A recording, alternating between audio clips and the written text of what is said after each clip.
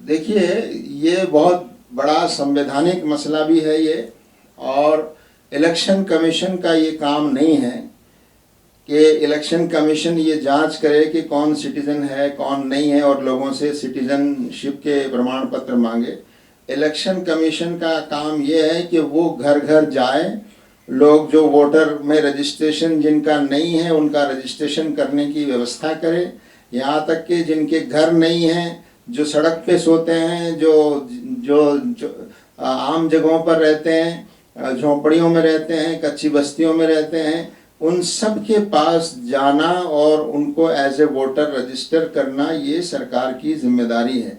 ये पहली बार हो रहा है कि वोटर से कहा जा रहा है कि आप रजिस्टर कीजिए, आप अगर फॉर्म नहीं भरेंगे तो आपका नाम लिस्ट से चला जाएगा, आप अगर एविडेंस नहीं देंगे। कोई एविडेंस मांगना इलेक्शन कमीशन की जिम्मेदारी नहीं है। इलेक्शन कमीशन को ये राइट नहीं है कि वो वोटर से कोई एविडेंस मांगे। वो उनका काम है, वो जाके घर पे जाए, मालूम करे कौन लोग रहते हैं, कितने लोग रहते हैं और वो वोटर रजिस्ट्रेशन उनका है या नहीं है। जहाँ तक देश में अगर कोई लोग गैर कानूनी तौर पर रह रहे हैं तो ये सरकार की जिम्मेदारी है, और ये सरकार उसके लिए जो कानून बने हुए हैं, जो नियम बने हुए हैं, उसके मुताबिक सरकार उनकी पहचान करे। इस मसले को इलेक्शन से और जोड़ना ये बहुत ख़तरनाक है। ये एक किस्म का जो है बिल्कुल इनडायरेक्टली और बैक डोर से एनआरसी करने जैसा है। और इसमें आप देखेंगे कि इलेक्शन कमीशन को, बीएलओज को और बीएलओ के बाद जो डिस्ट्रिक्ट ऑफिसर्स हैं उनको पूरा राइट मिल जाएगा। वो जिसको चाहे डाउटफुल कह दें। आपने डॉक्यूमेंट पेश किया लेकिन वो कहेंगे साहब ये डॉक्यूमेंट तो हमको मान्य नहीं है, और आपसे पूछे बगैर आप वो सारे नाम डिलीट हो गए। और जिन लोगों को वो पसंद करते हैं उनके डॉक्यूमेंट ना होने के बावजूद उनको क्लियर कर दिया जाएगा। उनसे कोई पूछने वाला नहीं होगा कि उन्होंने वो लिस्ट में जो नाम लिखे हैं वो सही लिखे हैं गलत लिखे हैं, जो नाम हटाए हैं वो सही हटाए हैं गलत हटाए हैं। तो ये ट्रांसपेरेंसी जो है वो नहीं है। तो आप पूरा अधिकार उन अधिकारियों को कैसे दे सकते हैं तय करने का कि कौन नागरिक है और कौन नहीं है। तो ये एक बहुत ख़तरनाक मोड़ है जिसकी तरफ सरकार बढ़ रही है।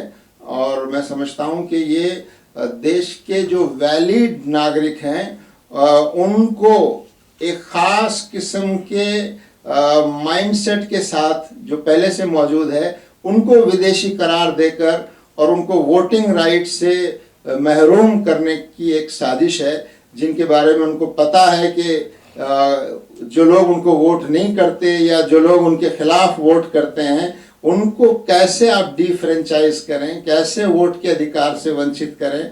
हम समझते हैं कि इसको रोका जाना चाहिए। ये संवैधानिक मसला भी है और इसको अदालत के माध्यम से भी उठाया जाना चाहिए, और राजनीतिक पार्टियों की भी ये जिम्मेदारी है कि राजनीतिक पार्टियां इस मसले को उठाएं। अभी हमको मालूम हुआ है कि राजनीतिक पार्टियों के कुछ प्रतिनिधि इलेक्शन कमीशन से जाकर मिले हैं और उनसे ये चिंताएं उनको बताई गई हैं, लेकिन उन पार्टी के लोगों का जिनसे हमारी बात हुई उनका कहना है कि इलेक्शन कमीशन का जो रवैया है वो पॉजिटिव रवैया नहीं है। ऐसा लगता है कि वो सरकार के एजेंडे पर काम कर रहे हैं या सरकार की मर्जी के मुताबिक काम कर रहे हैं। ये इलेक्शन कमीशन की जो आज़ादी है, इलेक्शन कमीशन की जो इंडिपेंडेंस है, इलेक्शन कमीशन की जो एक इमेज है, उस इमेज को भी बचाने की ज़रूरत है कि इलेक्शन कमीशन जो है वो सरकार के दबाव में या सरकार के आदेशों के मुताबिक काम ना करे, बल्कि वो उसके सिस्टम के मुताबिक उसको काम करना चाहिए। तो यही बात मैं कह रहा हूँ कि ये पूरा आनन फानन में, जल्दबाजी में जो कार्रवाई की जा रही है, अभी बिहार से शुरुआत है और जगह भी इसको दोहराया जाएगा। और ये एक किस्म की एनआरसी है जो इलेक्शन कमीशन के माध्यम से कराने की कोशिश हो रही है। एनआरसी जिसको सरकार सीधे से नहीं कर पा रही है, अब वो इलेक्शन कमीशन के माध्यम से बड़ी संख्या में ऐसे लोगों को वोटर लिस्ट से हटा लेना जो उनके लिए इनकन्वीनियंट हो सकते हैं, उनको किसी भी आधार पर उनको डिलीट कर देना। तो ये जो तरीका अपनाया जा रहा है, महाराष्ट्र में भी ऐसी शिकायतें आई थी, और बिहार जहाँ पर एक बड़ी आबादी अनपढ़ लोगों की है, जहाँ एक बड़ी आबादी ऐसी है जिनके पास कोई डॉक्यूमेंट नहीं है, उनके पास, और आपको सुनकर ये ताज्जुब होगा कि जो डॉक्यूमेंट मांगे गए हैं, 12 जो डॉक्यूमेंट्स की लिस्ट दी गई है 11 की, उसमें आधार कार्ड नहीं है, उसमें इलेक्शन पहले जो आप वोटर थे इलेक्शन का जो कार्ड होता है वो कार्ड उसमें शामिल नहीं है, राशन कार्ड जो सब जगह होता है वो शामिल नहीं है, जो लोग मजदूरी करते हैं उनका जो मनरेगा का एम्प्लॉयमेंट कार्ड होता है वो उसमें शामिल नहीं है। तो आखिर क्या, यानी जो डॉक्यूमेंट सबके पास मिल सकते हैं उनको जानबूझकर हटाया गया है और ऐसे डॉक्यूमेंट मांगे जा रहे हैं जिनको पेश करना लोगों के लिए मुश्किल हो। अब एक 13 करोड़ की आबादी में कई करोड़ लोग ऐसे हैं जिनके जो स्कूल नहीं गए हैं या जिन्होंने 10th क्लास तक एजुकेशन नहीं ली है और जिन्होंने मैट्रिक नहीं किया है, उनको वो डेट ऑफ बर्थ का सर्टिफिकेट स्कूल का नहीं होगा उनके पास। तो ये सब चीज़ें, इस तरह के डॉक्यूमेंट्स मांगना ये खुद गलत है और आज तक ऐसा नहीं हुआ कि डॉक्यूमेंट्स मांगे गए हो वोटर्स से। वोट इलेक्शन कमीशन का ये काम है कि घर घर जाकर जो वैलिड वोटर्स हैं उनको आइडेंटिफाई करे, कोई छूटने ना पाए।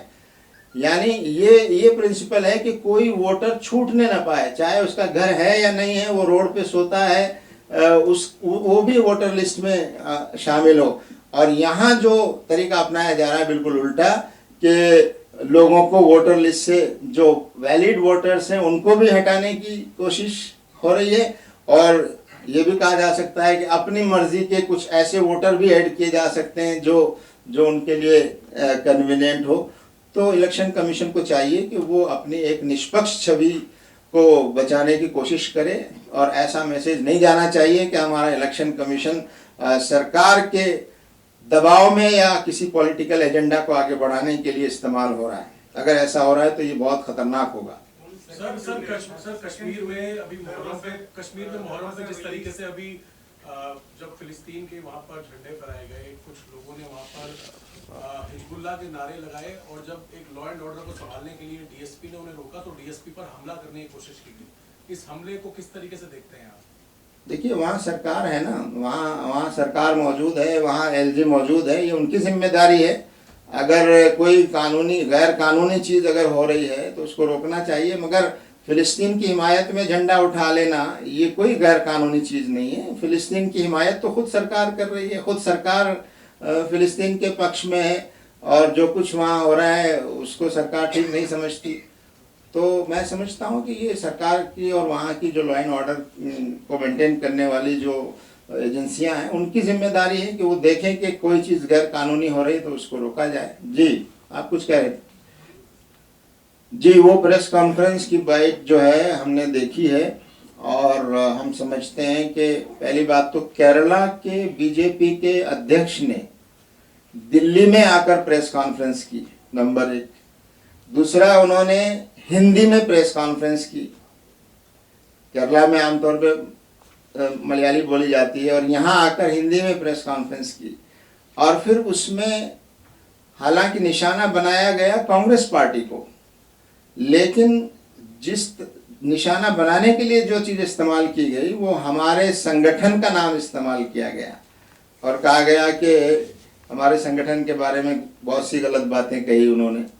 तो हमें उनकी इस बात पर बड़ा ताज्जुब होता है कि जिस व्यक्ति को, जो एक बड़ी पार्टी का एक स्टेट का अध्यक्ष है, उसको हमारे संगठन का नाम भी ठीक से मालूम नहीं है, पूरा नाम भी वो नहीं जानते हैं कि जमात इस्लामी हिंद जो है वो हमारा संगठन है और बार बार वो जो नाम बता रहे हैं और जिस तरह से वो बोल रहे हैं और फिर बिना किसी उसके एंटी नेशनल और दूसरी शब्द इस्तेमाल किए, वो ऑब्जेक्शनेबल है। हमारी केरला इकाई से हम बात कर रहे हैं और उनके खिलाफ क्या एक्शन लिया जा सकता है, क्या किया जा सकता है, इस पर हम विचार कर रहे हैं। But it is highly objectionable and we will take notice of it. अभी भी हमारे देश में बहुत सारे जेलों में, खुद दिल्ली में एक बड़ी संख्या ऐसे लोगों की है जिन पर इल्ज़ाम लगाए गए, झूठे आरोप लगाए गए, जिनको सरकार अभी आरोप साबित नहीं कर सकी। बहुत से लोगों के खिलाफ अभी चार्जशीट भी पेश नहीं हुई, बहुत से लोगों की चार्जशीट पर बहस शुरू नहीं हुई और कई कई साल गुजर गए। अब आप देखते हैं दिल्ली में जो दंगे हुए 2020 में, उसमें जिन लोगों पर आरोप लगाए गए, झूठे आरोप, उसमें कई लोग अभी भी जो है जेल में हैं और उनकी सुनवाई नहीं हो रही है। तो ये हमारे देश की जो न्याय व्यवस्था भी है और जो हमारा पुलिस प्रशासन जिस तरह से काम कर रहा है, मैं समझता हूँ कि वो इस देश को एक फासिस्ट रास्ते की तरफ ले जा रहा है कि जो लोग सरकार के खिलाफ हों, जो लोग सरकार के लिए इनकन्वीनियंट हों, जो लोग सरकार की कमियां निकालते हों, ऐसे लोगों को किसी न किसी तरह झूठे इल्ज़ाम में आप फंसाएं और फिर एक लंबे समय तक उनको जेलों में रखें। और जाहिर है कि उनको सबूत नहीं मिलेगा, ये सब आखिरकार छूटेंगे, आखिरकार बरी होंगे। वो गवर्नमेंट भी जानती है, पुलिस भी जानती है, उनके पास सबूत नहीं है, लेकिन उनको बिला वजह एक प्रोसेस को लंबा करके, ये एक बहुत बड़ा इनजस्टिस है जो हमारे देश में हो रहा है। सैकड़ों लोग इससे पीड़ित हैं। तो आप इस मसले को लोगों तक पहुंचाइए और जमात इस्लामी हिंद अपने जो लीगल हमारा जो सेक्शन है और लीगल हमारा जो फ्रंट है, उसके थ्रू जो कुछ हम लीगल एक्शंस ले रहे हैं वो ज़रूर कर रहे हैं। इंजीनियर साहब, कांवड़ यात्रा शुरू होने से एक बार फिर नेम प्लेट विवाद गहरा गया है। लोगों की पैंट उतार कर जांच की जा रही है, नाम पूछे जा रहे हैं, स्कैन किया जा रहा है स्कैनर से कौन है, हिंदू है मुसलमान, क्या कहना है? देखिए, लॉ एंड ऑर्डर मेंटेन करना ये सरकार की जिम्मेदारी है और अगर कुछ ऐसे असामाजिक तत्व जो समाज में नफरत फैलाना चाहते हैं और फैलाने की कोशिश कर रहे हैं, उनको रोकना समाज की जिम्मेदारी है। अगर सरकार उनको रोक नहीं रही है या उन लोगों को सरकारी संरक्षण प्राप्त है या उनको राजनीतिक संरक्षण प्राप्त है और वो इस तरह से अराजकता फैलाते हैं और हर समय जो है इस तरह की चीज़ों को करते हैं, तो हम समझते हैं कि ये लॉ एंड ऑर्डर सरकार की जिम्मेदारी और सरकार का दायित्व है और सरकार को चाहिए कि ऐसे लोग जो इस तरह का माहौल बनाते हैं उनके खिलाफ कार्रवाइयाँ होनी चाहिए। मुहर्रम के जुलूस में अभी मतलब रिसेंटली 1-2 दिन पहले ही देखा गया कि मेहंदी के जुलूस में फिलिस्तीन का झंडा ले लिया, लेकिन वो एफआईआर दर्ज हो गई इस पर, पुलिस एकदम जाग गई। इस पर क्या जमात हिंद सोचती है?